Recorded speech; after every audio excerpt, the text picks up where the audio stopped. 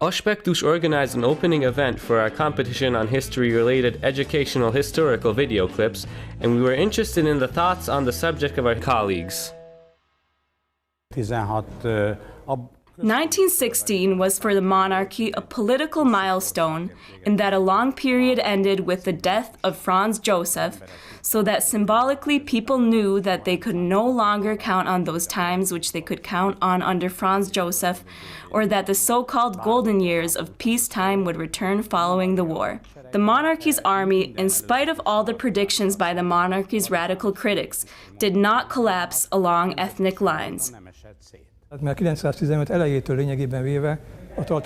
From the beginning of 1915, the reserve officers essentially took over the direction of the monarchy's army. Military historical narrative usually emphasizes 1916 because the damage brought about the Brusilov-offensive significantly affected later warfare conducted by the monarchy, and it is not an overstatement to say that the monarchy's army had reached the limits of its power, as it was only with significant German aid was it able to continue fighting. People do not always recognize their own interests. This is so even in their private lives. The monarchy was ours only in part. Many Hungarians thought of the Austrian army which was enlisting them to fight in 1914 as the same one which defeated them in 1848. Can the Austrian imperial army be trusted? Bízzunk ezekben?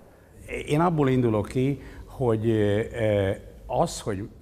I feel that the dissolution of the Central European power which we call the Habsburg monarchy came from the misrecognition of their interests.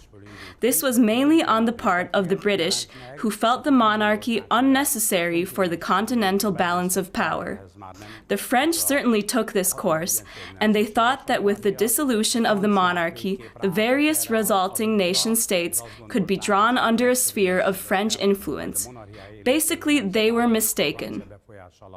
Valamifajta francia érdekszférát kialakítani, szóval magyarán szólva rosszul gondolták a dolgokat.